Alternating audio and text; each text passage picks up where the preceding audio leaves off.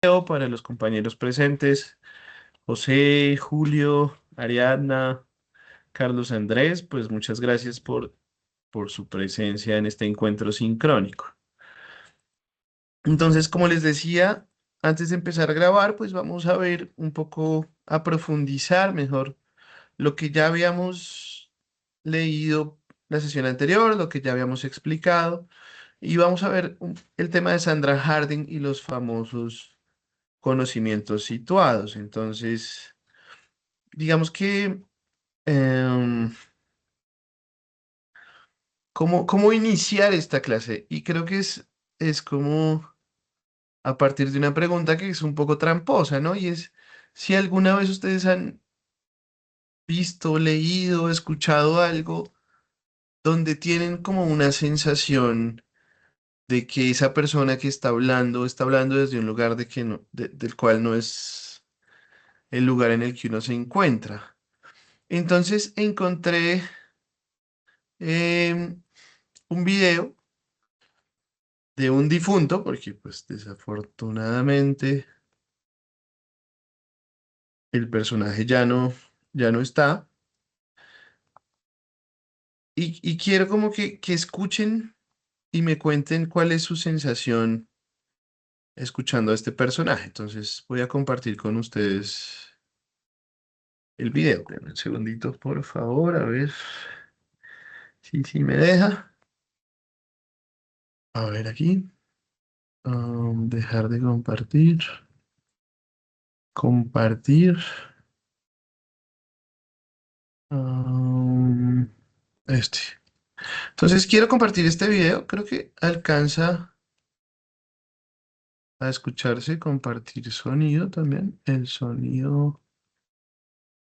Listo. Creo que vamos, es un minuto más.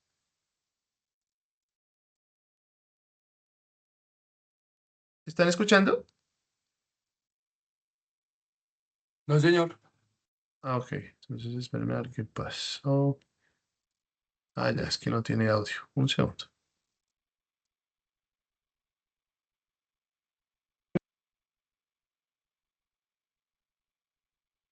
Que ganan 20, 25 millones y se media y clase medio al personas que clase media y clase medio al personas que ganan 20, 25 millones y 60 millones.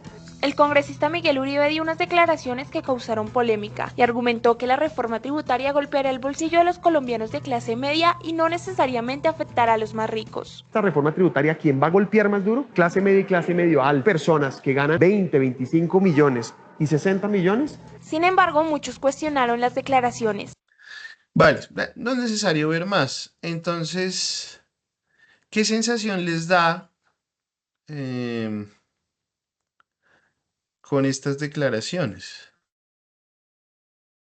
Cuando escuchan a alguien decir cosas como esas, que la clase media es una clase donde las personas ganan entre 20 a 60 millones.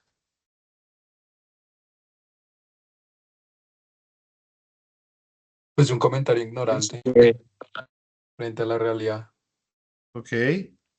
Julio César. Muy bien, José, gracias. Sí, igual un comentario ignorante, o sea, falta como de culturización para saber que no es real. Exacto, digamos que, fíjense que las palabras son correctas, el personaje habla muy bien, ¿no? Pero hay algo que no cuadra, ¿no? Y no cuadra porque no cuadra con nuestra experiencia en el mundo, ¿sí? Desde nuestra propia experiencia, digamos ay, dejé de compartir la presentación. Desde nuestra propia experiencia, digamos que no nos cuadra, ¿sí? Nuestra propia experiencia dice algo frente a esas declaraciones que nos produce ruido, ¿no? Como que nos parece, ustedes mismos lo dicen, un poco ignorante, ¿no? Entonces, esa sensación que nos da esas declaraciones sobre la clase media es la misma sensación que tienen las mujeres frente a ciertas declaraciones que se dan en la esfera del conocimiento. Y la filósofa Dana Haraway es, digamos, la que va a plantear el problema del conocimiento situado. Entonces, ¿qué es lo que vamos a intentar hacer en estas 2 horas o en este ratico? Como intentar entender exactamente qué es lo que Dana Haraway nos quiere decir con esto, por qué es importante esto y qué consecuencias tendría para ustedes en el ejercicio de la profesión y específicamente, digamos, en lo que se denomina la epistemología de las ciencias sociales. Entonces, digamos que Haraway está señalando eso que ustedes mismos señalaron, ¿sí? Hay algo que está ahí, hay algo que nos genera ruido y digamos que ese algo es lo que vamos a intentar pues entender hoy. Entonces vamos a partir un poquito desde algo que ya vimos en las primeras clases y es como el sueño de la ciencia moderna. Y el sueño de la ciencia moderna es la idea de lograr la objetividad, ¿sí? El ideal moderno es el ideal de la objetividad. Nosotros lo vimos en clase, Descartes, ¿sí? Newton, todo lo que llamamos ciencia está fundamentado en una idea que es que el conocimiento verdadero se puede verificar por cualquier persona, independientemente si esa persona es X o es Y, independientemente si esa persona viene de un lugar o viene de otro, o independientemente de las experiencias que esa persona haya tenido en la vida. Digamos que ese es el sueño de la objetividad, ¿sí? Un conocimiento que no dependa de quien está observando el fenómeno, un conocimiento, digamos, universal, como lo veíamos con Kant, por ejemplo. Entonces, este sueño, pues es un sueño hermoso y tiene una lógica que puede llegar a ser bastante poderosa, ¿no? Es decir, si dos personas o tres observamos el mismo fenómeno y obtenemos un mismo resultado, entonces el resultado es objetivo, es decir, que no depende de ninguna de las tres subjetividades que está viendo el fenómeno. Ahora, ¿qué tiene de atractivo? Pues este ideal, ¿qué les parece a ustedes? Si quieren en el chat también pueden escribir. ¿Qué les parece a ustedes como de atractivo este ideal de lograr la objetividad, que sería como lo bueno de esta, sí, de este sueño de la objetividad? El tener mejores decisiones, o sea, que seamos más certeros frente a los diferentes campos, pues teniendo en cuenta la realidad, cómo apoyar, cómo ayudar, cómo progresar, cómo cambiar. Perfecto, maravilloso, muy bien. ¿Alguien más?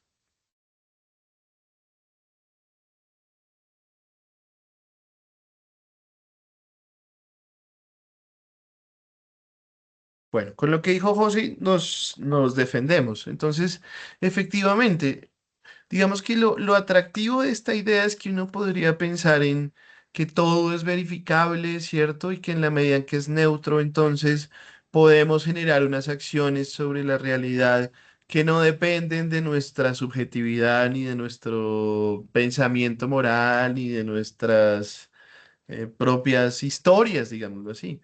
Entonces, ese observador que supuestamente no tiene lugar, que supuestamente no tiene cuerpo y que supuestamente no tiene historia, pues vendría a ser el sujeto que hace ciencia. Perdón que hay un imbécil aquí pitando como si estuviera estrenando pito.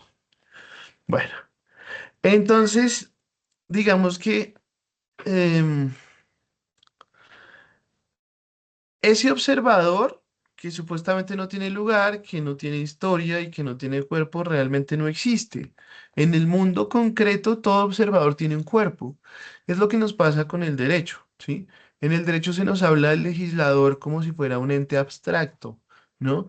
Pero ustedes y yo sabemos que los legisladores tienen intereses, que los legisladores responden a ciertos sectores sociales. Digamos, el legislador de carne y hueso es una persona que tiene intencionalidades, ¿sí? El legislador que nos enseñan en derecho es un legislador en abstracto. Entonces, digamos que en el mundo real ese famoso sujeto objetivo, universal, pues tiene un cuerpo, tiene una historia, habla un idioma, ¿cierto? Crece dentro de un contexto. Entonces, Haraway dice este observador ficticio que ha creado la ciencia, ella lo llama The Good Trick, que es como el truco de Dios, ¿sí? Entonces, es esta ilusión de ver todo como si fuéramos un Dios, ¿no? Desde una mirada que no tiene ningún lugar en particular, ¿sí? Un ejemplo para entender un poco esta mirada es, piensen ustedes en la literatura, en lo que se llama el narrador omnisciente. ¿Se han leído alguna vez una novela o han leído alguna vez un cuento en el que el narrador sabe lo que va a pasar, las emociones de cada uno de los personajes, lo que dice, lo que piensa, ¿sí? Entonces Haraway hace algo similar, va a decir como la ciencia se ha construido bajo la idea de un observador ficticio, digamos, el truco de Dios, es decir, la ilusión de que hay un sujeto, que es el que hace ciencia, que lo ve todo y que no tiene ningún lugar en particular, ¿sí? Y dice que en realidad eh, nadie puede tomar ese lugar, el lugar del ojo de Dios, sino más bien es un lugar que no se sitúa, que no se declara, que se hace invisible a sí mismo, pero que, digamos, efectivamente es un lugar concreto. Entonces, la pregunta sería, bueno, dice Haraway, em, ¿qué lugar sería ese históricamente que siembra esa mirada de Dios? Pues históricamente es el laboratorio, ¿sí? El laboratorio sobre todo europeo, por ejemplo, o la universidad del siglo XIX, ¿sí?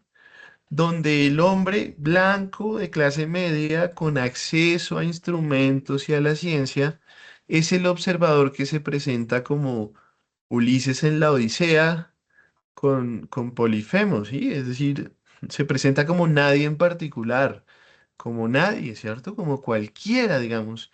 Entonces invisibiliza su posición, ¿sí? Y para las compañeras feministas, pues esta invisibilización no es un accidente, sino es una operación de poder, ¿sí?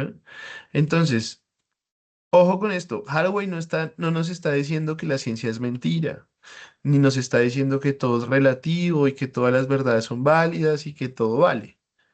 Eso sería caer en un error de lectura que es fácil caer ahí, ¿cierto? Digamos que em, lo que Haraway está diciendo es que todos hablamos desde un lugar. Cuando hacemos ciencia, lo hacemos desde un lugar. Cuando ejercemos nuestra profesión, lo hacemos desde un lugar.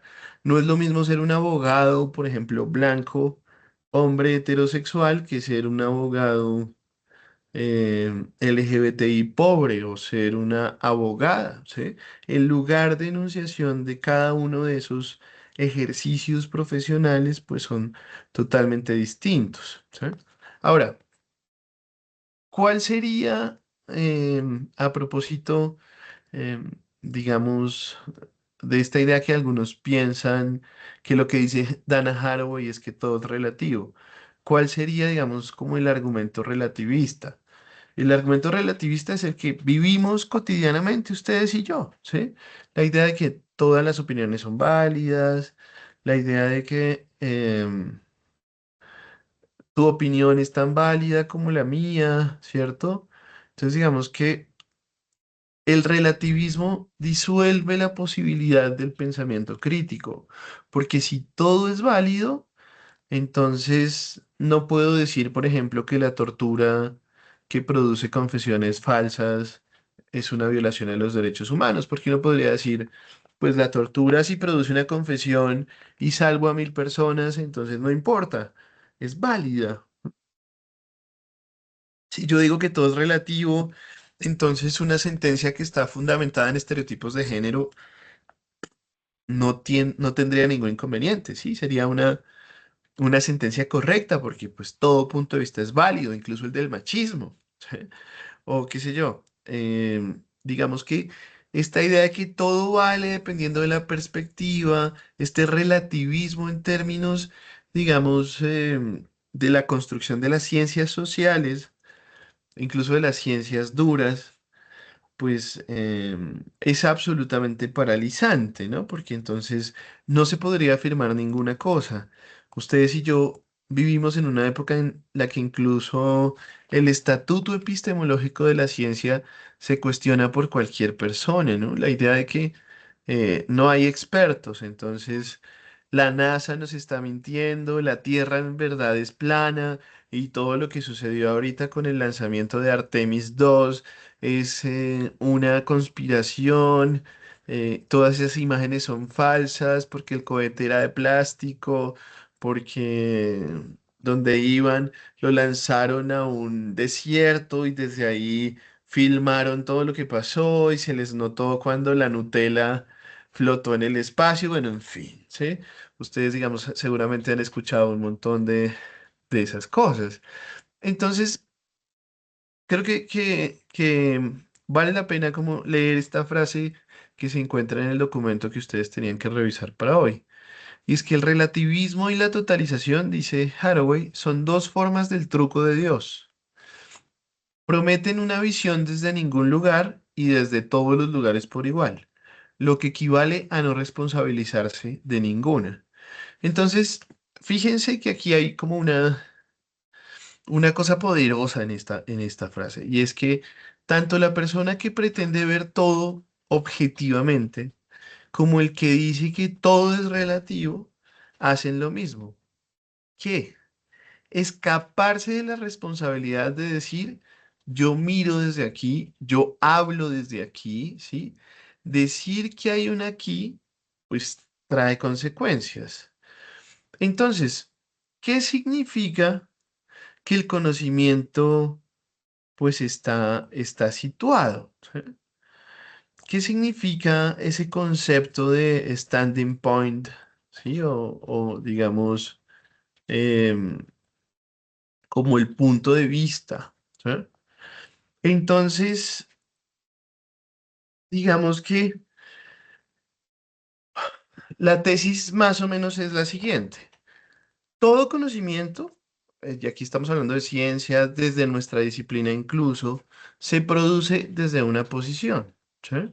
Y esa posición no solamente es una posición intelectual, no solamente es una posición de la mente o de las ideas que tengo, sino, y esto es poderoso, la posición incluye el cuerpo del que conoce, la historia de ese cuerpo que conoce, el lugar de ese cuerpo en las relaciones sociales, los instrumentos que usa, las preguntas que pueden ser formuladas o no, las preguntas que no se le ocurren ni siquiera, ¿sí?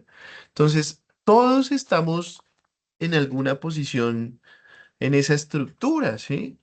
Y estar en esa posición no significa que el conocimiento esté contaminado nuevamente, que todo sea relativo, que mi conocimiento sea menos válido. Al contrario, aceptar esa posición lo que hace es, pues, condicionar el conocimiento al aceptar de una vez que ninguna perspectiva puede ser completa, ¿sí? Yo intenté plantear esto en una maestría en bioética con médicos.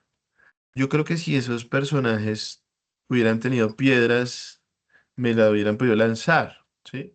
Ellos decían que yo estaba politizado, que mis ejemplos eran políticos y que la universidad no es un lugar para hacer política, porque intentaba mostrarles que la medicina, ¿sí?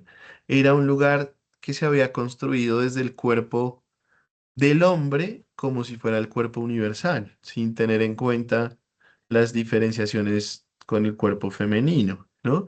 Y que eso influía en los tratamientos, en la salud, en la enfermedad, etcétera, etcétera. Bueno, decir solamente eso ya me politizó, ¿no? Ya me volvió petrista sin que necesariamente lo sea o sin que, digamos, haya hablado de Gustavo Petro. Y fue bastante, yo sentí que me iban a agredir en cualquier momento. Pero bueno, en fin. Entonces, digamos que es poderoso eso. Cuando usted acepta que está hablando desde un lugar, pues usted está aceptando también que no puede tener una verdad absoluta, ¿no? Sino que su verdad es parcial, ¿no? Nuevamente, no significa que todo vale. Entonces, Piensen lo siguiente, ejemplos de nuestro contexto. No sé, un médico que examina a una víctima de violencia sexual, por ejemplo, normalmente es entrenado bajo una idea de qué buscar, ¿no? Yo recuerdo, yo vi una cosa que se llamaba medicina legal y teníamos que ir a medicina legal y teníamos que con el médico legista recibir a las mujeres que habían sido víctimas de violencia sexual y muchas de ellas no querían que un hombre estuviera en la cita, ¿no? Digamos, en la consulta. Incluso que no querían que las atendiera un hombre. Pero no había posibilidad porque el único médico legista en ese momento era hombre. Nosotros los estudiantes, si la mujer lo pedía, nos salíamos, pero en general el médico nos decía que no, porque además era nuestro profesor también. Pero digamos que lo sorprendente un poco de este tema, cuando se examina a una víctima de violencia sexual, es que normalmente se buscaba signos de resistencia, ¿sí? Entonces la pregunta normalmente era si había resistido, ¿sí? Y Haraway nos diría, ¿y por qué hacer esa pregunta? ¿Sí? ¿Desde dónde se formula esa pregunta? ¿Sí? Pues desde una comprensión del cuerpo femenino como un objeto pasivo que solo puede mostrar si fue agredida mientras haya defensa, ¿no? Entonces, la ausencia de signos de defensa se convierte en ausencia de signo de agresión, ¿sí? Entonces, nuevamente, no es que el médico que nos acompañaba, el profe, estuviera mintiendo. No, está aplicando un conocimiento, está aplicando una forma de entender la violencia sexual. Pero ese conocimiento, ¿cierto? Es producto de una posición epistémica situada. ¿Cuál? Pues una posición que no puede ver la parálisis por el terror, por ejemplo, ¿sí? Que no puede ver el congelamiento disociativo cuando una persona está siendo víctima de abuso sexual o de violencia sexual, o la sumisión táctica que muchas víctimas de la violencia sexual establecen como estrategia de supervivencia, ¿sí? Entonces, yo me dejo. Y además, y esto está estudiado, el cuerpo responde a reflejos, ¿sí? Aunque sean violentos. Entonces, para muchos legistas o para muchos, digamos, peritos, el hecho de que haya, incluso la víctima se siente mal si hubo, digamos que cierta lubricación que es muy natural en el acto sexual, incluso en los actos violentos. Suele haber lubricación, pues porque el cuerpo responde a unos estímulos que uno no puede controlar, así como no controla la digestión. ¿Sí? Entonces, digamos que toda esta experiencia que les digo, lo de el terror paralizante, lo del congelamiento disociativo, lo de la sumisión táctica y lo de, digamos, esta posibilidad de lubricación, pues es una experiencia de una víctima con un cuerpo femenino que normalmente no está incluida dentro del conocimiento médico legal, ¿sí? Entonces, digamos que eso es lo que Haraway llama como conocimiento situado, ¿sí? No que el perito esté diciendo mentiras, no que el perito sea un pervertido, no que el perito sea malicioso, sino que su mirada ha sido formada de determinada manera desde un lugar del conocimiento del cual fue construido, ¿sí? Y ese lugar pues también es construido socialmente. De ahí viene, por ejemplo, los estereotipos de género que la Corte Constitucional colombiana ya ha aceptado, que muchos operadores jurídicos reproducen en la práctica judicial. ¿Sí? Entonces, digamos que eh, de- de- salgamos un poco de ese lugar y pregúntense ustedes cuando leen un contrato o cuando leen un código, ¿desde dónde la leen? ¿Sí? Puede leer igual el código quien crece en Bogotá o quien crece en un municipio rural donde las relaciones laborales o la relación con el campo y el territorio es totalmente distinta a lo que describe el Código Civil o a lo que describe el Código Laboral. ¿Sí? Lee igual una cláusula de arrendamiento a alguien que siempre ha sido propietario a alguien que siempre ha sido arrendatario. ¿Sí? Entonces, si ustedes quieren participar y responder a esas preguntas, háganlo. Si no, pues digamos que no, no es obligatorio. Pero piénsenlas de todas maneras. Cuando usted lee el código, ¿desde dónde lo lee? Desde la mirada que todo lo ve, pero es lo mismo leer el código desde mi lugar como propietario que desde mi lugar como arrendatario, por ejemplo. Entonces, ¿qué es lo que está diciendo Haraway ahí? Realmente la traducción sería como conocimiento encarnado, ¿sí? Es decir, el cuerpo es el punto de partida. Si algo ha hecho la ciencia moderna y la ciencia europea es partir de la mente y su separación con el cuerpo, ¿sí? De la razón y su separación con el cuerpo. Como que el cuerpo es el lugar de las sensaciones, pero no es el lugar de la razón, ¿sí? El cuerpo es el lugar de las emociones, pero no es el lugar de la razón. La mujer es el lugar de las emociones y el hombre es el lugar de la razón. ¿Sí? Entonces, digamos que hay una dimensión del saber y del conocimiento que Haraway va a enfatizar. ¿Sí? Y que nos parece extraño porque todo lo que hemos hecho en esta clase ha sido casi que pensar la epistemología en abstracto, la ciencia, el conocimiento. ¿Sí? Pero es el cuerpo como un eje central del conocimiento, del conocer, ¿sí? ¿Qué significa que el conocimiento está encarnado? ¿Mm? Pues que viene de un cuerpo, ¿sí? No en el sentido trivial de que es que usamos el cerebro para pensar y por eso de ahí viene el conocimiento. No, no, no. De nuestra posición de ese cuerpo en el mundo, ¿sí? El género, la raza, la historia de nuestra salud, ¿sí? Nuestra experiencia del dolor o nuestra experiencia del privilegio o nuestra experiencia del sufrimiento, ¿sí? Digamos que para Anna Haraway, esas experiencias, digamos que nos estructuran sobre qué podemos formular, qué preguntas podemos tener, qué evidencias puedo percibir y qué evidencias no, qué relaciones puedo imaginar y qué relaciones no. ¿Sí? Creo que lo vimos en alguna clase, hace un par de clases, ¿no? Y es como pensar en el juez que resuelve un caso de violencia sexual intrafamiliar cuando él fue víctima de violencia sexual intrafamiliar también, ¿sí?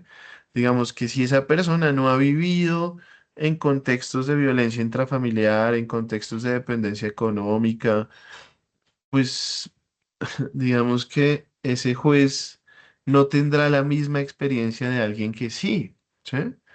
Entonces, digamos que la Corte Constitucional ha hablado exactamente de esto y lo denomina el enfoque diferencial o la perspectiva de género en administración de justicia. Por eso se equivocan quienes siguen hablando de ideología de género.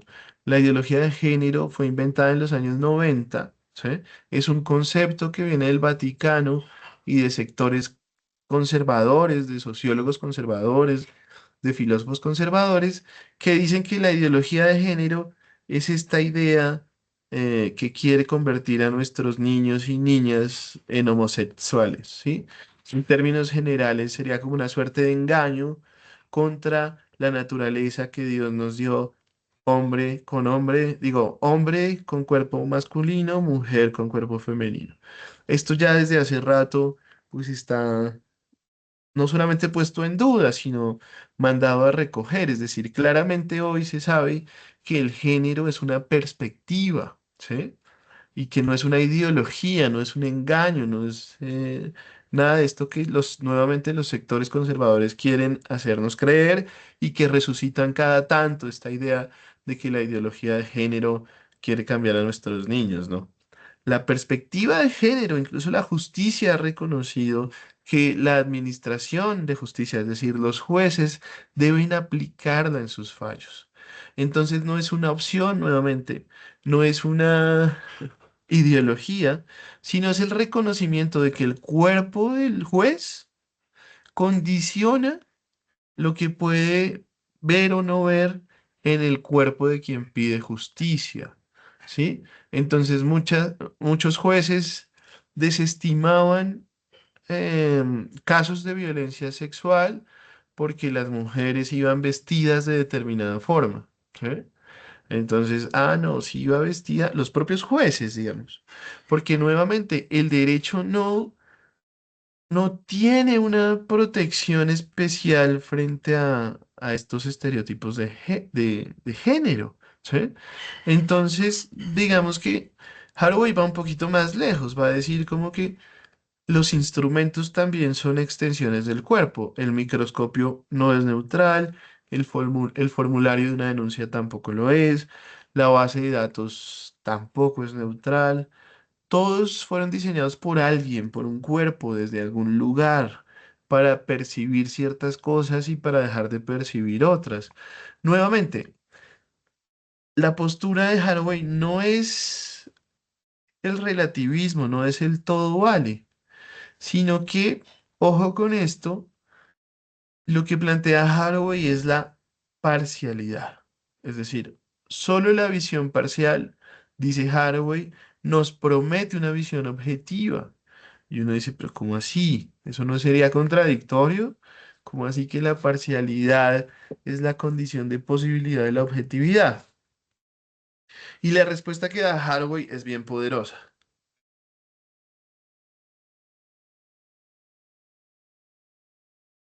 La respuesta que da Haraway es como, mire, la objetividad que nos plantea la ciencia moderna, y me refiero aquí tanto a la ciencia física, química, como a la ciencia social, es la de una visión de la totalidad que no está en ningún lugar.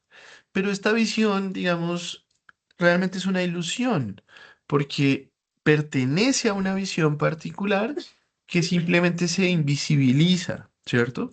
Ahora, quien reconoce su parcialidad, quien dice explícitamente, yo miro desde aquí, este es mi lugar de enunciación, estos son mis instrumentos, estas son las limitaciones de mi mirada y estos son mis intereses, pues esa persona se hace responsable del conocimiento, ¿sí? Entonces puede compararlo con otras versiones parciales del saber, puede construir un conocimiento más riguroso, precisamente porque sabe lo que no puede ver desde donde está. Creo que lo veíamos en la sesión anterior, cuando hablábamos de que las clases que hemos sufrido opresión, ¿sí? Pues podemos ver un espectro mucho más amplio de la realidad que quienes han vivido en privilegio toda su vida. Ahora, no necesariamente nacer pobre me da una visión más completa de la sociedad, pero si entreno mi mirada, sí es muy probable que me dé una visión mucho más amplia, ¿no? Porque no significa nacer y ya, sino que, como lo veíamos en la sesión anterior, habría que estudiar, habría que formar la mirada, ¿no? Pero sí nos da una suerte de ventaja no haber nacido siempre con privilegios, ¿no? Pero bueno, ya si quieren lo miramos. ¿Hasta aquí hay alguna pregunta? ¿Alguien quiere intervenir? ¿Quiere decir algo? ¿No está de acuerdo? ¿Está de acuerdo? ¿Algo que haya leído el texto que de pronto se me haya pasado? Todo bien, maestro. Listo. Entonces, en el derecho, ¿cómo poder entender esto que está diciendo Haraway? Pues qué sé yo, que una cosa sería un testigo que dice, no sé, yo vi a Colmenares corriendo a 2 metros de distancia, el man venía de frente con un perro caliente en la mano y tenía muy buena luz. A otro que dice, no, pues yo sé lo que pasó, yo lo vi todo desde los ángulos posibles, le pregunté a Laura Moreno y a Jessy Quintero y, ¿sí? Y yo luego estuve leyendo un par de libros y luego hablé con la mamá y con el hermano, ¿sí? Entonces, el primero me parece mucho más honesto porque está diciendo como, mire, yo vi a este personaje correr y lo vi con buena luz y venía de frente. El segundo dice más o menos como que vio todo, lo sabe todo y sabe exactamente qué fue lo que pasó. Entonces, en el derecho funcionaría, digamos, ¿a quién le daríamos mayor credibilidad? ¿Sí? No al que dice que lo vio todo y que lo sabe todo, sino al que efectivamente se sitúa en el lugar de los hechos con determinadas características. Entonces, la pregunta sería, ¿y qué diferencia hay entre decir que todo conocimiento está situado y decir que todo es relativo? Porque en principio parecería lo mismo, ¿cierto? Ahora, ¿alguien quiere arriesgarse a adelantarse un poco en cuál sería la diferencia entre todo conocimiento es situado y todo conocimiento es relativo?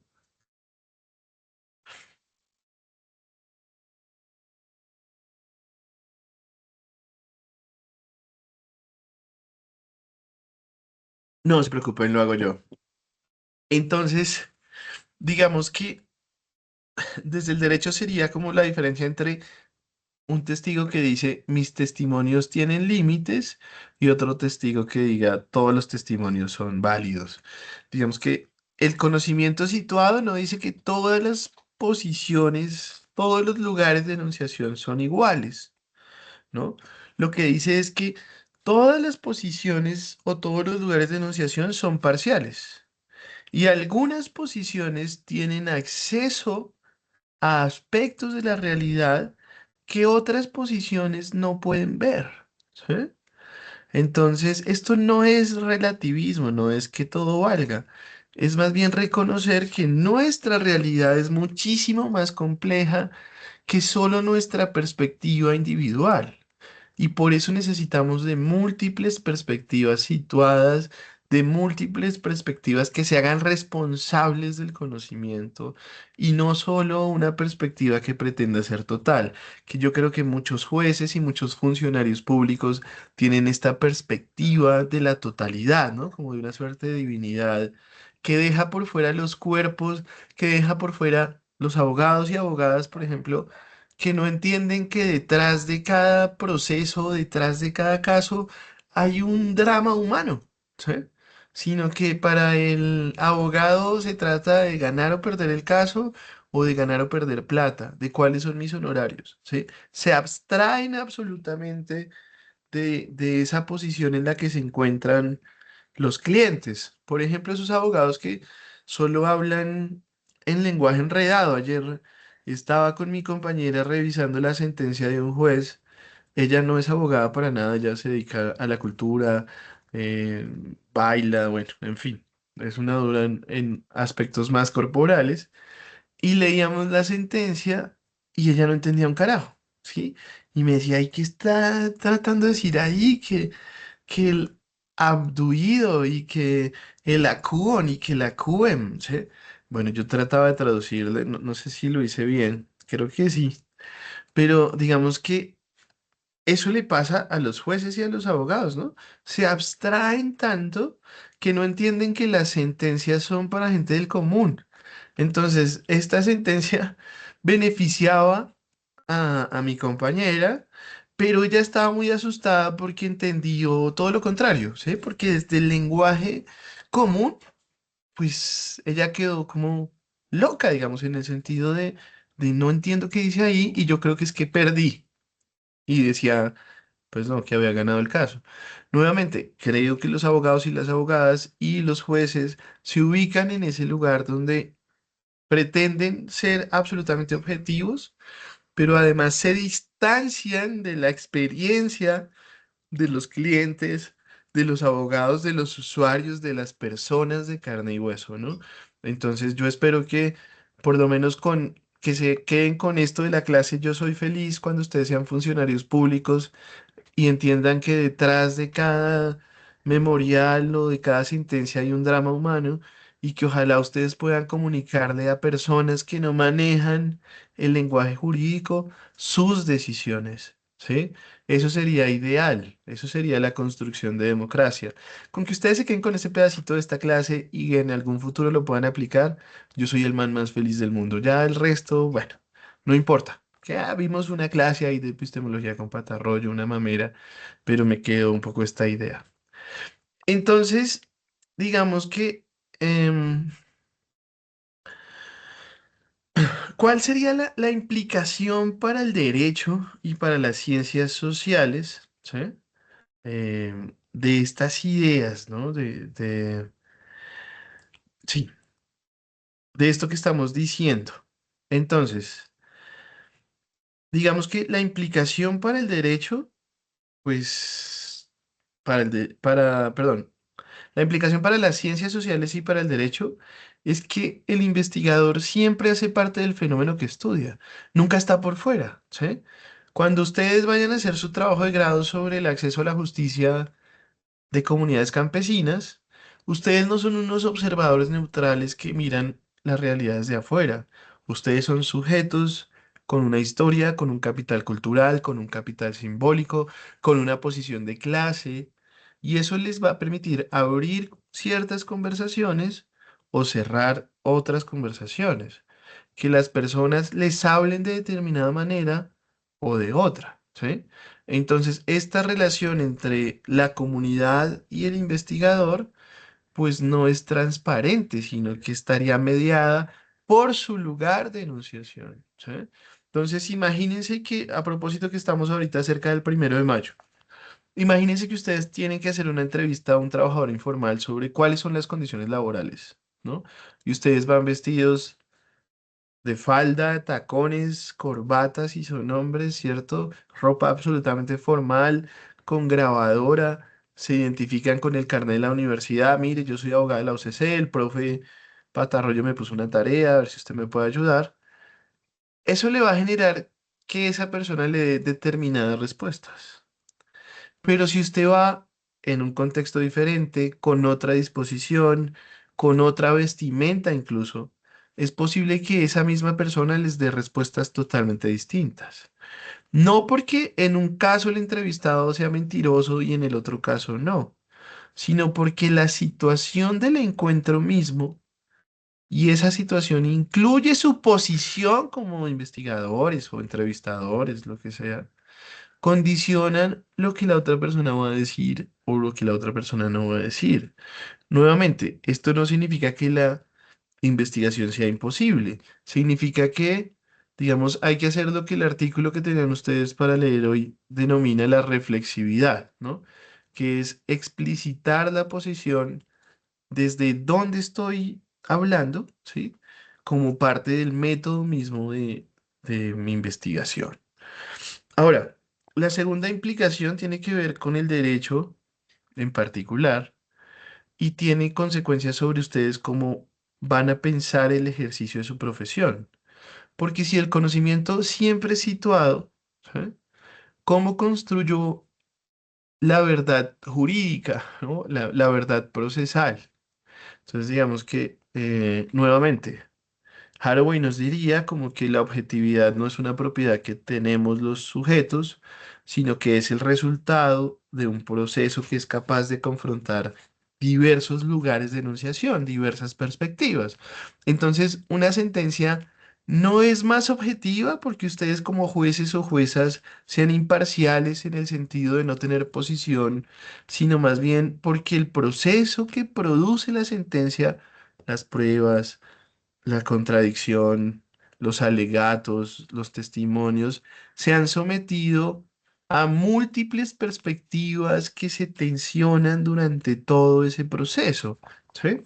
Entonces, ¿qué implica asumir la lectura de Haraway, por ejemplo, cuando ustedes tengan que valorar una prueba pericial o una prueba testimonial? ¿Sí? Si hemos dicho que la objetividad no es un tema del sujeto, sino que hemos dicho que es un resultado social de múltiples perspectivas, pues usted no puede seguir evaluando el testimonio de la víctima con el mismo rasero con el que evalúa el testimonio de un testigo desinteresado o del victimario, ¿sí? Habría que repensar qué es eso de la credibilidad en los procesos penales, ¿sí? Porque no se puede evaluar de la misma manera el testimonio de una víctima que el testimonio de un victimario. desde estas perspectivas. Ahora, una otra implicación sería, digamos que Haraway no dice como que uno tiene que pedir excusas por su posición o por su lugar de enunciación, ¿sí?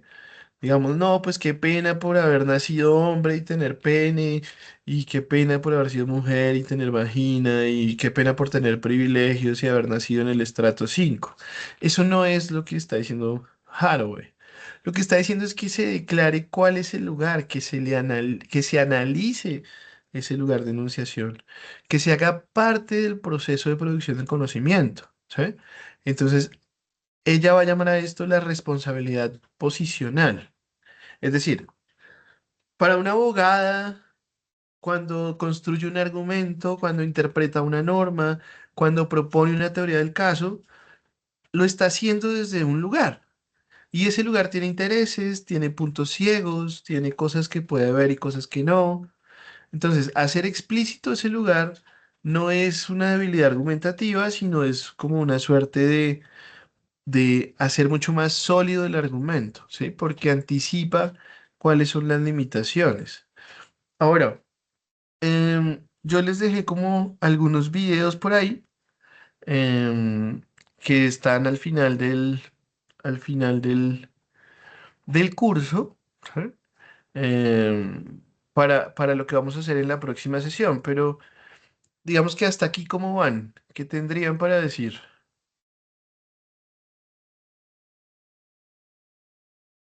¿Qué tendrían para añadir? No, bien, bien, profe, pues yo por lo menos no tengo nada como que agregar. Gracias. ¿Alguien tendría algo para agregar?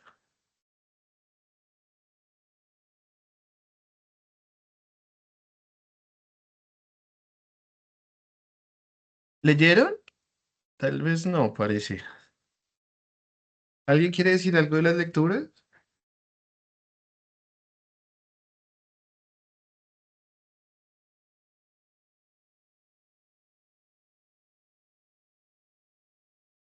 No, bueno, está bien. Entonces, digamos que la pregunta de fondo es como para quién se produce el conocimiento científico, tanto en términos de ciencias duras como en términos de ciencias básicas, digámoslo así.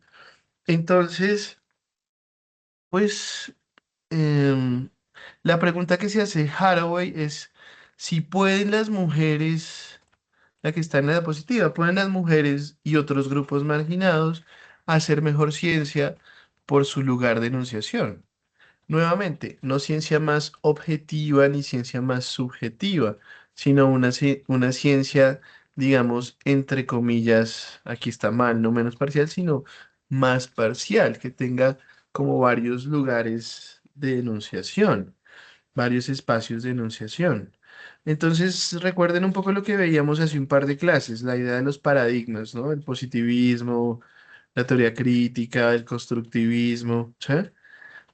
Precisamente creo que las epistemologías feministas lo que hacen es a todos estos elementos añadir algo importante que no se había pensado demasiado, y es el cuerpo y el género como condiciones de posibilidad de la ciencia, ¿sí?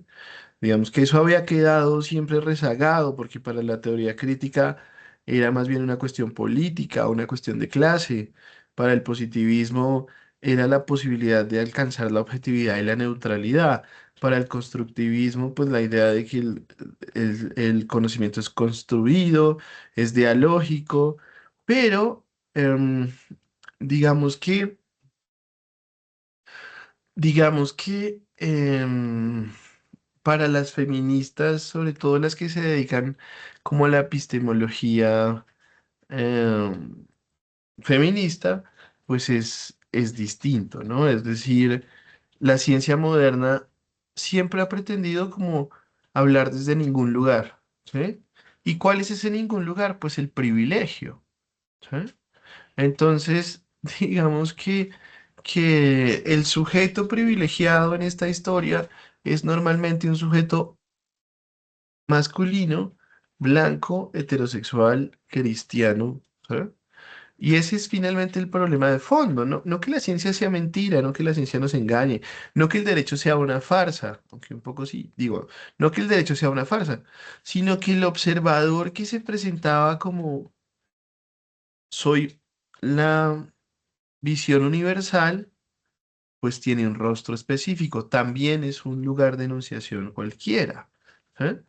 Entonces, eh, no sé, estoy pensando algún ejemplo jurídico. El Código Civil, ¿sí? De 1887. Fue redactado ¿desde dónde? Desde la de un sujeto varón, propietario, mayor de edad, ¿sí? Que concebía a la mujer como un objeto de protección jurídica, no como un sujeto de derechos, ¿sí? Obviamente el código no decía, este es el código de los hombres propietarios del siglo XIX, sino simplemente se llamaba el Código Civil. ¿M? Entonces, digamos que cuando usted analiza cómo está escrito el código, para quién está escrito el código, claramente no está escrito para hombres y mujeres. Está escrito exclusivamente para varones propietarios, mayores de edad, ¿cierto? Que se obligan jurídicamente. Entonces, la posición del observador normalmente es borrada de los textos jurídicos, ¿sí? ¿Y por qué esto nos debería importar? Porque tiene consecuencias sobre quién podía ejercer derechos, quiénes pueden obligarse y quiénes no. Hasta muy entrado el siglo XX, las mujeres se deshacen de esa suerte de tutoría masculina que las obligaba a que sus propiedades estuvieran a nombre de hombres de la familia, ya sea el padre, el esposo o los hermanos. Acuérdense que las mujeres, hasta bien entrado el siglo XX, no podían administrar libremente sus bienes, ¿sí? Entonces, digamos que esta es un poco la importancia de la epistemología feminista, ¿sí? Digamos que eh, hay tres corrientes de las que habla el texto que tenían que leer para hoy. El empirismo feminista, el standpoint theory, que es del que hemos hablado casi toda la clase, y el feminismo postmoderno. Entonces, digamos que el empirismo feminista lo que va a decir es, el problema es que la ciencia ha sido mal aplicada. Entonces, la solución es corregir la ciencia desde adentro. ¿Sí? Lo que hay que hacer no es una ciencia feminista, lo que hay que hacer es otra ciencia que incluya la visión de las mujeres. Entonces, este paradigma se parece mucho como al positivismo, pero desde una lectura feminista. Ahorita profundizamos un poquito más en eso. Ahora, la teoría del punto de vista o del conocimiento situado, que es lo que vimos hasta el momento, es que no se trata solo de corregir los errores metodológicos o de la forma en la que hacemos ciencia, sino de reconocer que el investigador o la investigadora tienen una posición social y que esa posición determina a qué puedo acceder, qué puedo ver y qué no puedo ver, ¿sí? El paradigma más afín a esto es lo que llamábamos teoría crítica unas clases atrás, y el feminismo posmoderno pues va a decir que el problema es aún más radical. No hay una experiencia de la mujer, ¿sí? Porque todas las categorías, incluyendo la categoría mujer, son construcciones sociales, son construcciones discursivas. Ahorita lo vamos a mirar, pero el paradigma similar o más afín, digamos, sería el constructivismo que vimos en clases anteriores.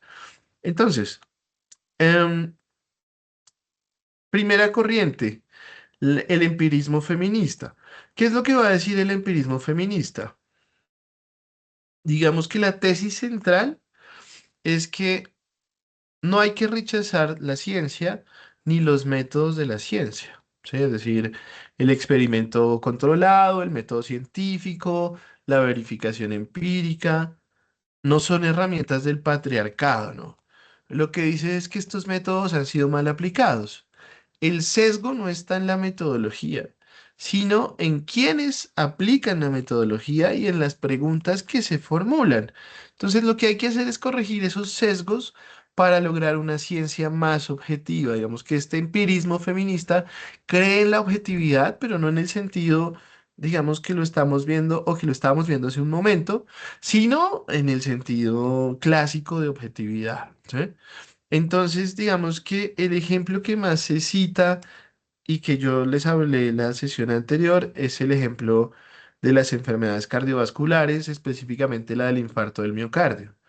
Una de sus compañeras, muy querida, me pidió que quería más información y pues a los que quieran eh, tengo los documentos científicos, las pruebas de eso que hablamos la clase pasada, que si no se acuerdan era más o menos que las enfermedades del corazón se realizaron o se analizaban siempre desde el cuerpo masculino, ¿sí? Entonces, los resultados se publicaban como si fueran resultados de la humanidad en general, de los seres humanos, ¿cierto? Entonces, los protocolos que tenían los médicos sobre diagnóstico y tratamiento del infarto de miocardio realmente correspondían a cuerpos de hombres, ¿sí? ¿Cuál es el problema o cuál era el problema? Si se acuerdan, era que los síntomas del infarto se presentan de manera distinta en los cuerpos de las mujeres. Los síntomas son distintos.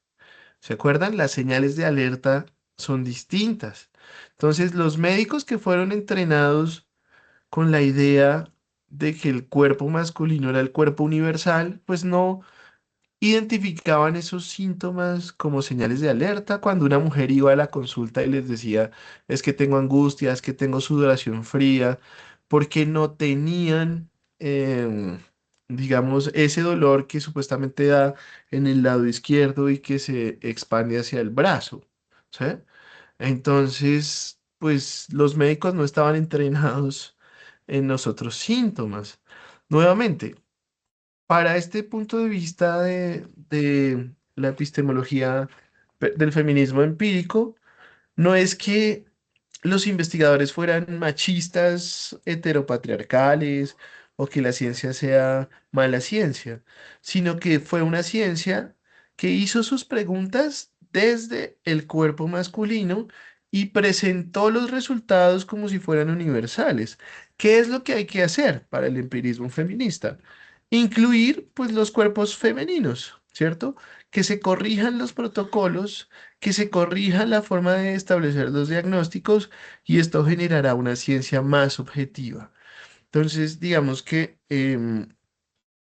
nuevamente el ejemplo de la violencia sexual, entonces el peritazgo de violencia sexual se diseñó buscando signos de resistencia, ¿sí?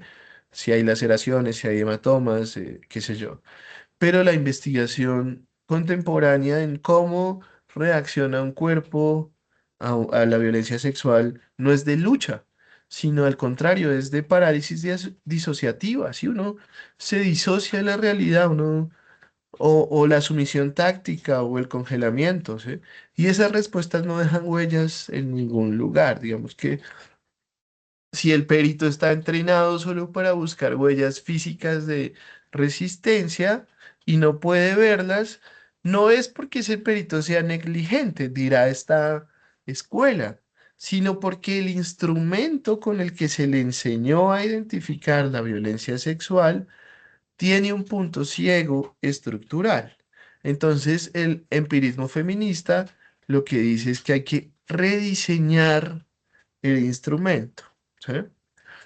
Entonces, digamos que hay algo que el texto no desarrolla, que es la paradoja de Longino, que ustedes la tienen acá. ¿En qué consiste la paradoja de Longino? Digamos que em, es una mujer que se llama Ellen Longino, y Longino nos dice algo que nos parece contraintuitivo. ¿Y qué es eso que nos dice? Que la objetividad no es una propiedad de los individuos, como lo dijimos ahorita, sino nuevamente es el resultado de una comunidad. Entonces, una comunidad científica es más objetiva en la medida en que incorpora distintas perspectivas en los procesos de revisión, en los procesos de diagnóstico, etcétera, etcétera. No porque muchas opiniones sean mejor que una, sino porque las perspectivas adicionales nos permiten, digamos, ver lo que una sola perspectiva deja ciego, no ve, digamos. Entonces, otro elemento que no estaba en el texto que ustedes leyeron para hoy es el de Strong Objectivity o objetividad fuerte. Entonces, ¿qué significa eso? Digamos que Harding es también contraintuitiva. La intuición más propia nuestra es que quien tiene un interés en el resultado de investigación es menos objetivo que el que no tiene ningún interés. Digamos, esta idea de que hay un científico desinteresado y ser desinteresado es ser mucho más confiable que si soy un activista de la ciencia. ¿Sí? Digamos, recuerdo mucho un caso reciente de otra universidad en la que yo era profesor y a mi estudiante le gustaba el marxismo y se quería graduar con una tesis de marxismo y derecho. Y la Hacer una facultad, pregunta. señor, Pues digamos que teniendo en cuenta lo que ha dicho hasta el momento, se puede decir que el conocimiento, digamos que es limitado y pues condicionado, sectorizado. Y digamos que con eso en cuenta, se puede decir que ninguna corriente puede llegar a ser como, o puede llegar a tener igualdad, ¿sí? O sea, ninguna puede llegar a ser objetiva como tal. sí, yo creo que la objetividad como la pensamos, no, ninguna corriente. La objetividad como una suerte de construcción de una comunidad científica en la medida en que integramos distintas perspectivas, entendiendo la objetividad así, sí es posible, ¿sí? Pero entendiendo la objetividad como un punto de vista absolutamente neutral, que no toma en cuenta ni un lado ni otro, que digamos lo juzga absolutamente todo y que puede llegar a una verdad limpia, higiénica, ¿sí? Pues eso es imposible. Nuevamente, porque el sujeto que conoce es un sujeto que tiene en sí mismo su propia historia, y más nosotros que hacemos ciencia social, ¿sí? El derecho es una ciencia social, entonces nosotros no podemos vestirnos como sujetos desinteresados, ¿sí? Un poco. Entonces, digamos que si yo em, ya lo van a ver en los videos que les voy a dejar, pero si yo tengo claro que investigo no solo por publicar, sino porque realmente quiero cambiar la situación, así sea mínimamente, de una comunidad, pues estoy haciendo una apuesta política a partir de mi investigación. Si un abogado tiene claro que lo que quiere es defender los derechos humanos, más allá de si em, puede crear un style o vender ron con su nombre o ponerse ropa italiana o O cantar sea, ópera. profe, digamos que se puede afirmar que digamos que todo se genera desde un beneficio individual más no colectivo, ¿sí? Más o menos, digamos que todo se genera desde tu propio interés, o sea, tú tienes una historia, ¿sí? Tú tienes una posición a nivel social y esa posición te permite ver cosas que otros no podemos ver.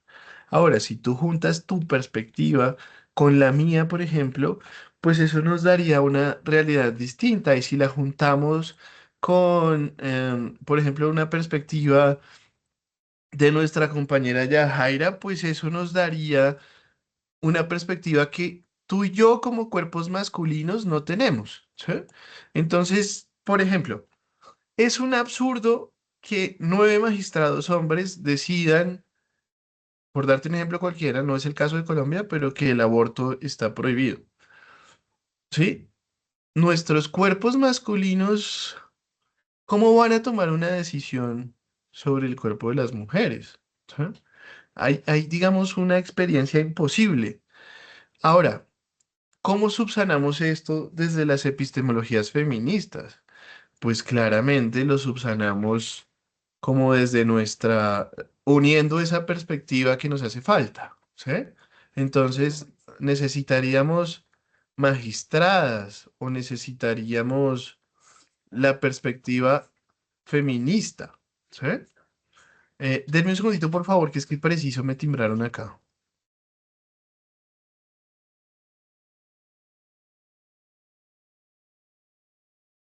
Perdón, ya es que...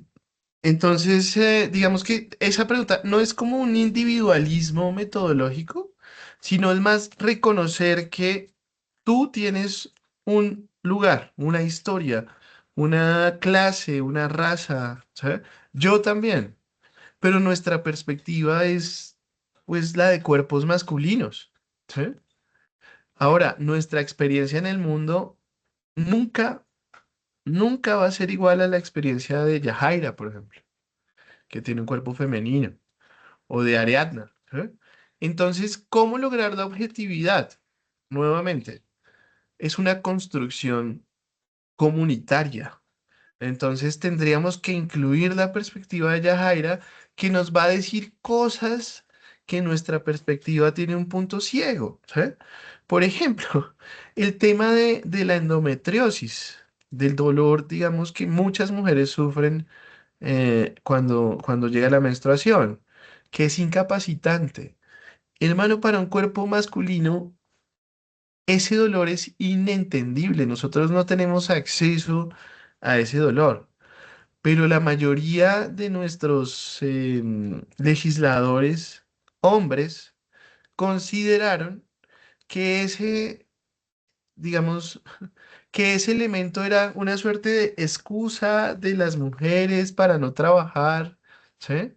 Y por lo tanto lo sacaron de la norma. Ya, Jaira, te escuchamos.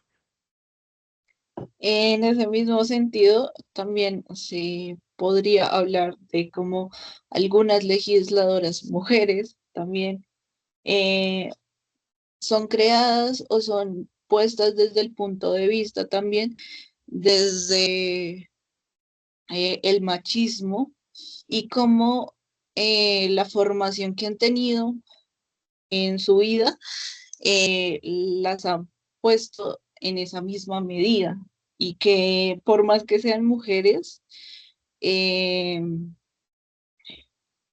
en dado caso, van a preferir una acción colectiva que no atribuye y no valida las acciones que se forman en su cuerpo, sino que siempre van a ser decisiones que tome el otro bajo el pensamiento machista.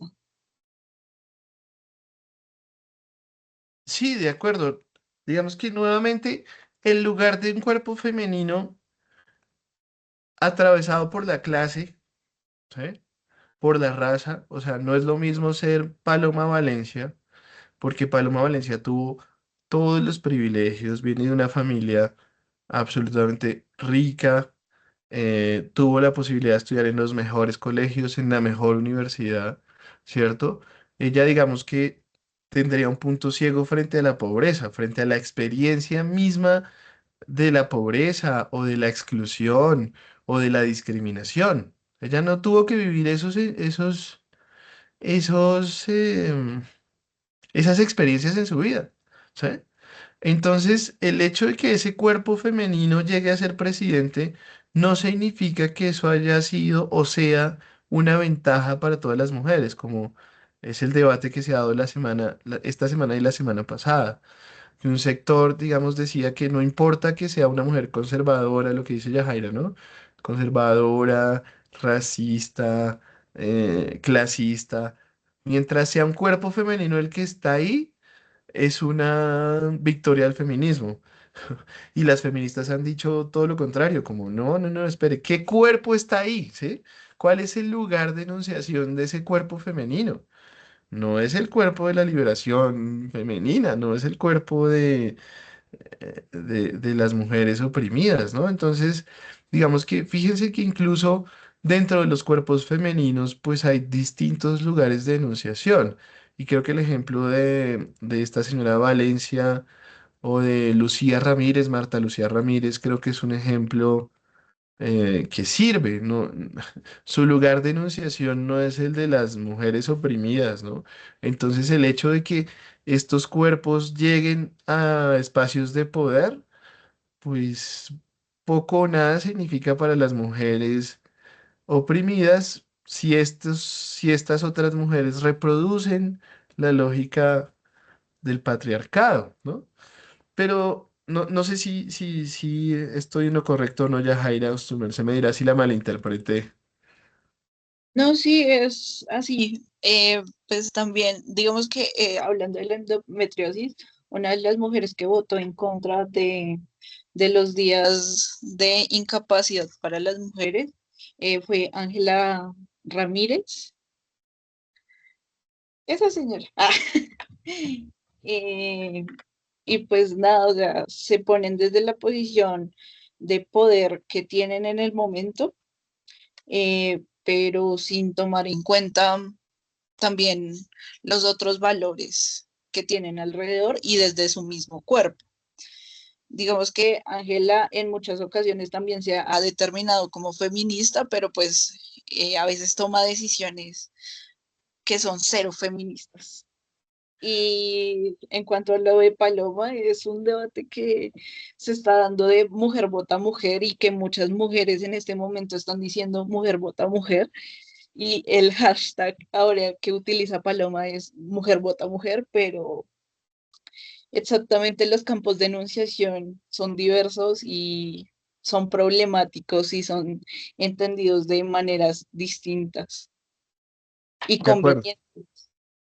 de acuerdo. Digamos que eso no contradice lo que estamos diciendo. Yo creo que al contrario, eh, lo profundiza, ¿no? Digamos, le da razón de ser un poco a lo que estamos hablando hoy. Entonces, para dar de respuesta al compañero que habló ahorita, no se trata de un individualismo metodológico, sino, digamos que esta mujer Harding lo que va a decir es que quien abre sus intereses, quien muestra sus intereses, digamos, em, sabe que puede ser contradecido, sabe sus puntos débiles, digamos así. En cambio, el investigador que da sus supuestos por sentados, que dice que no se mete ni con una cosa ni con otra, pues en el fondo, digamos que nadie lo cuestiona, ¿sí? Porque en principio se identifica con el lugar de la neutralidad o con el lugar de la objetividad, ¿sí? Entonces, seguramente ustedes lo han vivido y si no lo vivirán, las mujeres todo el tiempo tienen que estar justificando su existencia. Las mujeres todo el tiempo tienen que estar justificando su conocimiento. Las mujeres todo el tiempo, digamos, están como Pero, justificando por qué pero están maestro, ahí. digamos que ahí usted generaliza o en qué contexto lo subraya No, más que todo. pues es que la teoría es generalización, porque si no generalizamos no podríamos pensar. Digamos que la generalización no es una relación equivocada, sino es necesaria para poder pensar claramente en el contexto de la academia. Yo te puedo decir que conozco experiencias de profesoras a las que todo el tiempo se les está cuestionando su lugar, entonces tienen que justificarse todo el tiempo también. ¿Eh? Mientras que a un hombre, a los hombres no se nos cuestiona porque habló una voz masculina, pero a las mujeres sí. Entonces, de lo que yo puedo decir es, en la academia pasa mucho Pero que yo le pregunto, maestro, digamos que teniendo en cuenta lo que se habló anteriormente, el generalizar no sería como un acto negativo, porque pues si digamos nuestro conocimiento es limitado y digamos que condicionado, pues el generalizar también entraría dentro de ese paradigma, ¿no? sí, sí, Como sí, nuestra desde visión. luego. Ok. Sí, desde luego. Lo que pasa es que de todas formas necesitas un nivel de generalización para poder hacer teoría, porque si no tendríamos que ir caso por caso. Y si no generalizas y vamos como digamos a lo que sería el nominalismo, es que el nominalismo es absolutamente escéptico frente al conocimiento, tendría tu lectura. Digamos que hay una suerte de generalización, ¿sí? Cuando aquí las feministas dicen eh, que se niega el punto de vista, pues están generalizando alrededor de la ciencia tradicional o de la forma de hacer ciencia tradicional, que se plantea como neutral y como objetiva. Ahí hay una generalización, ¿sí? Entonces, digamos que de cierto modo sí es importante un nivel de generalización para poder hacer teoría. Ahora, cuando yo digo los hombres o las mujeres, pues claramente sí estoy generalizando. No puedo ir a un caso concreto, decir la profesora Nancy, la profesora Esperanza, el profesor Santiago, no. Para poder más o menos dar una explicación necesito hacer una generalización. Pero sí es verdad lo que dices, digamos que podría uno llegar a confundirse o a caer en eso mismo que se está criticando. Yajaira. Digamos que sí quería como enfatizar en eso de, desde el feminismo, pues la implicación principal es identificar los patrones de estructuras que mayormente han oprimido a cierta base de la sociedad femenina, y para esto pues lo que se busca con el generalizar es precisamente el identificar los patrones, las estructuras, y el cómo afectan desde el sistema patriarcal a las formas de vivencia de el colectivo. Sí, totalmente de acuerdo. Digamos que efectivamente lo que uno habla cuando habla de violencia de género, por ejemplo, es como explicitar o darle importancia a un elemento y generalizar sobre ese elemento. ¿Sí? Por ejemplo, los hombres solemos decir, no todos los hombres, ¿sí? Pero uno encuentra ejemplos como el de la semana pasada, donde parece que 60 millones de hombres, o por lo menos 60 millones de visitas, estaban como en un chat de Telegram donde los hombres drogaban a sus esposas o a sus compañeras o a sus novias, las violaban y luego compartían esos videos gratuitamente a los demás hombres, ¿sí? Entonces, eso nos tiene que decir algo sobre la masculinidad. Ahora, puede que ninguno de los que estamos aquí haya cometido ese acto, pero eso no significa que no podamos decir que hay un elemento de la masculinidad presente para que 60 millones, ya sea de personas o de reproducciones, igual es como un elemento, no importa, nuevamente, si son 60 millones de personas o de reproducciones, en el fondo, ese acto que nominalmente no lo hicimos todos los hombres, de todas formas sí nos tiene que decir algo sobre nuestra masculinidad. Digamos, a partir de ese hecho podremos hacer una generalización. Nuevamente. No significa que estemos afirmando eso de todos los hombres uno a uno, pero sí hay algo ahí que se puede decir sobre el ejercicio de la masculinidad en el mundo en este momento, ¿sí? Cuando 60 millones de personas acceden a ese tipo de videos o a ese tipo de imágenes, ¿qué nos dice eso, ¿sí? De la masculinidad? Y creo que nuevamente. Se puede generalizar, pero pues también desde qué lugar estoy hablando yo, ¿no? No es desde el lugar universal que se ubica por fuera de todo, sino, por ejemplo, desde el feminismo o desde mi cuerpo masculino, o bueno, qué sé yo, ¿sí? Digamos que se trataría como de reconocer eso. Nuevamente, el problema de la objetividad sería un problema no de lograr un punto de vista que sea capaz de juzgarlo todo, sino de incluir distintas perspectivas, ¿sí? Nuevamente, ninguno de ustedes, bueno, por lo menos no se expresa abiertamente, pero ninguno de nosotros tenemos la experiencia de un cuerpo trans, las opresiones de un cuerpo trans, lo que significa ser trans, por ejemplo, ¿sí? Y normalmente solemos juzgar a esas personas desde nuestro lugar de enunciación, como si tuvieran nuestra misma experiencia en el mundo, como si pudieran, entre comillas, ser juzgados de la misma manera en la que somos juzgados nosotros.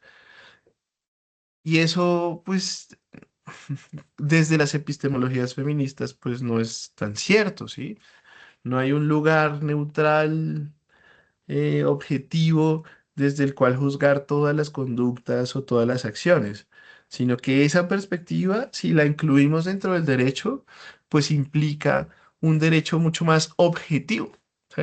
Porque es una perspectiva que el derecho normalmente no tiene en cuenta.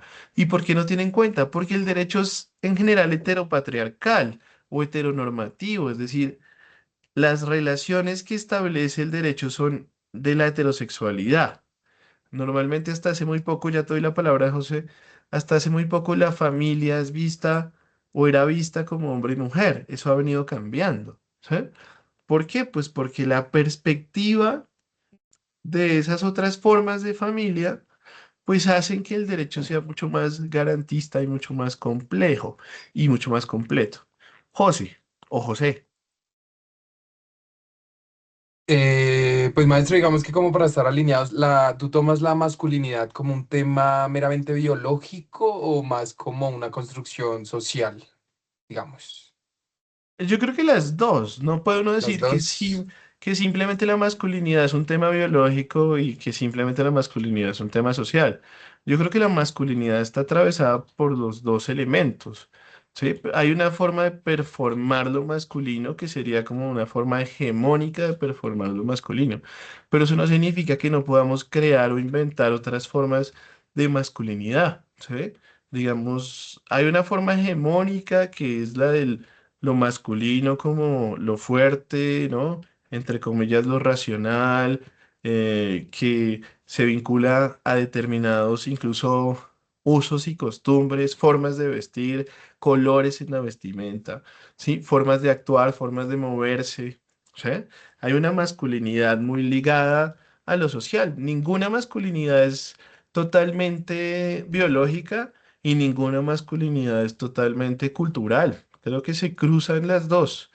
Ahora, lo que pasa es que usted puede nacer con pene, entre comillas, pero socializado como una masculinidad hegemónica. Entonces, hoy usted ve esos discursos neomachistas de los hombres de alto valor o del Temach que le dicen que hay que recuperar lo varonil y que entonces hay que meterme al gimnasio y hay que, qué sé yo, ¿sabes? Pero hay otras masculinidades que no necesariamente están dichas desde ese lugar, ¿no? Entonces, yo no hablaría de una sola masculinidad, incluso yo hablaría de las masculinidades en plural. Creo que lo masculino puede entenderse de múltiples maneras. Incluso las feministas nos han ayudado a comprender eso. En Colombia está la profesora Mara Viveros, que digamos es una mujer maravillosa que se ha dedicado a estudiar las masculinidades, ¿sí? Entonces, en el sentido en que la masculinidad no es solo una expresión biológica, no se puede reducir a una expresión biológica, sino que está atravesada por un montón de estructuras sociales, de tradiciones, de valores. Robert,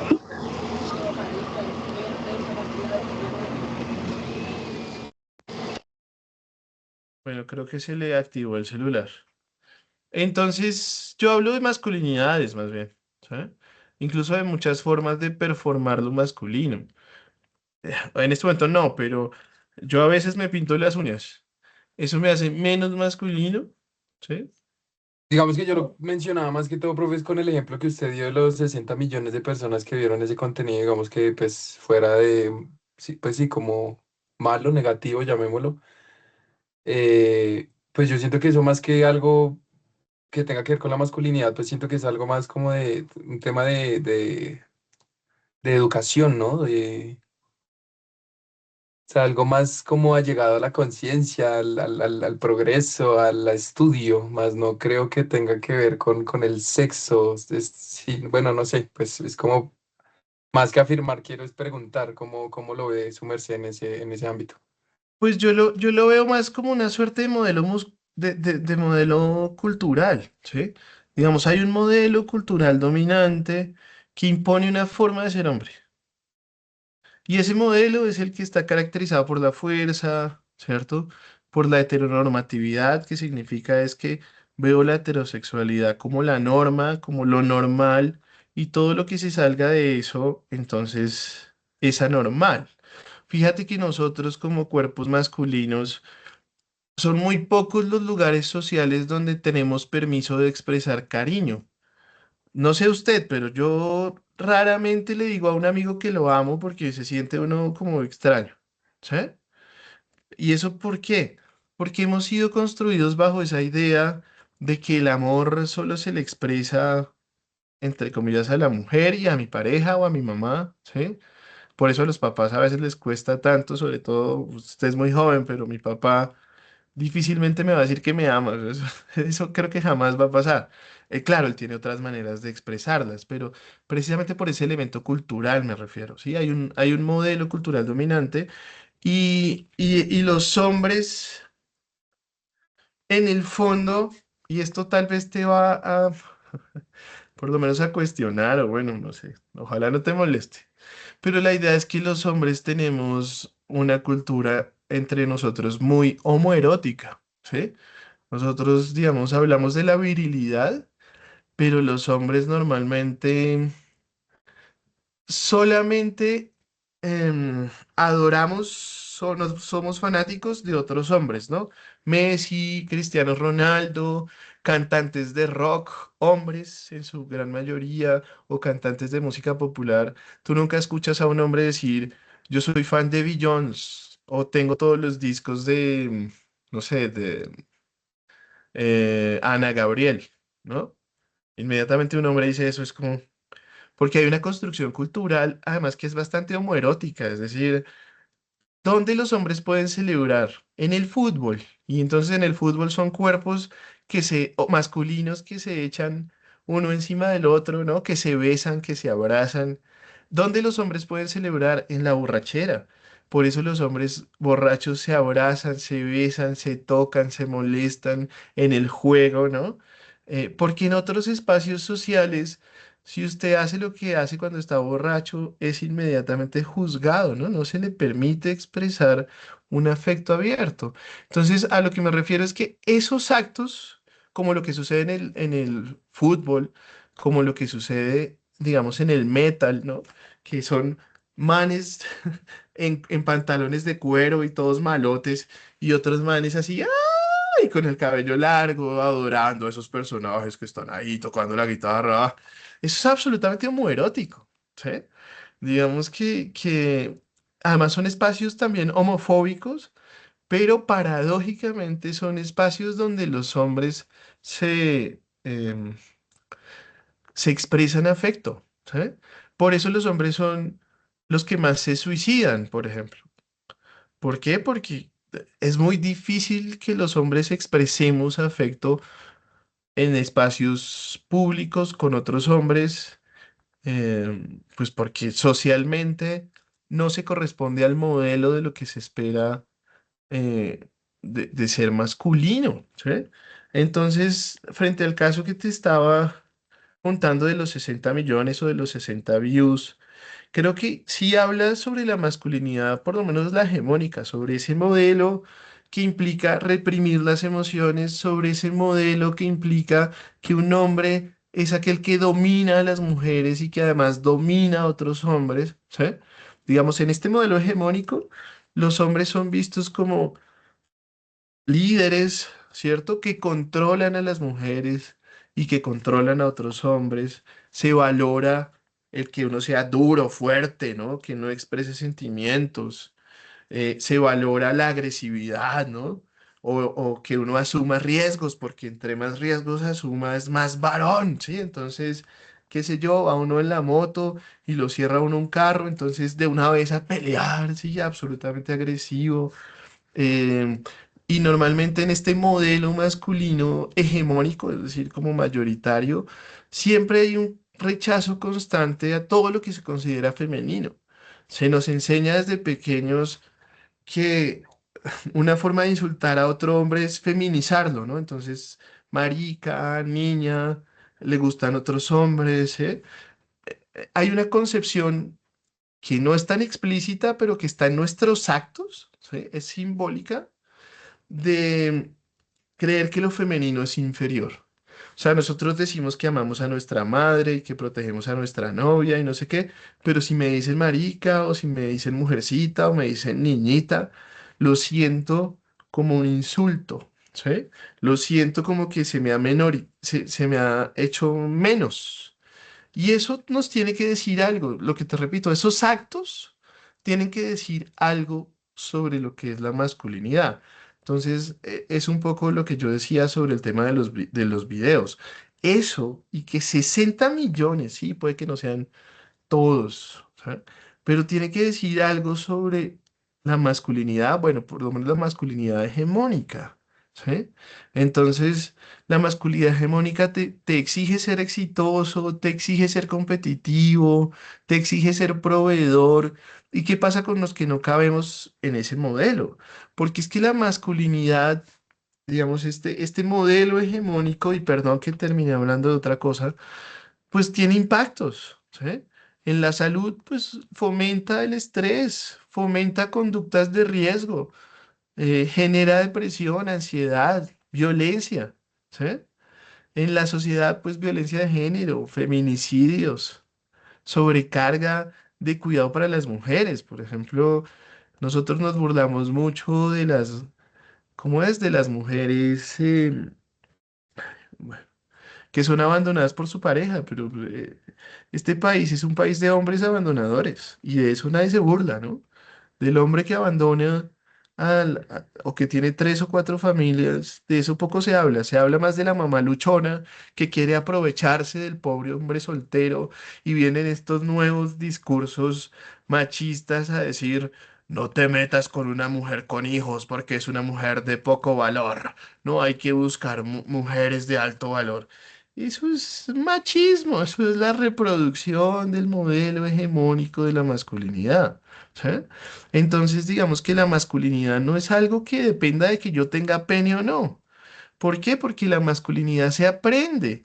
La masculinidad se reproduce en grupos de otros hombres, en el deporte, con mis amigos, en el trabajo, ¿sí? Entonces, digamos que hay otras formas de expresar la masculinidad que no se corresponden a este modelo. ¿Qué hacemos con esos hombres que no cabemos ahí? ¿Sí? Digamos que eso sería lo interesante para pensar. Entonces, ¿qué significa ser un hombre de verdad, por ejemplo? ¿Sí? Que es como lo que se habla mucho.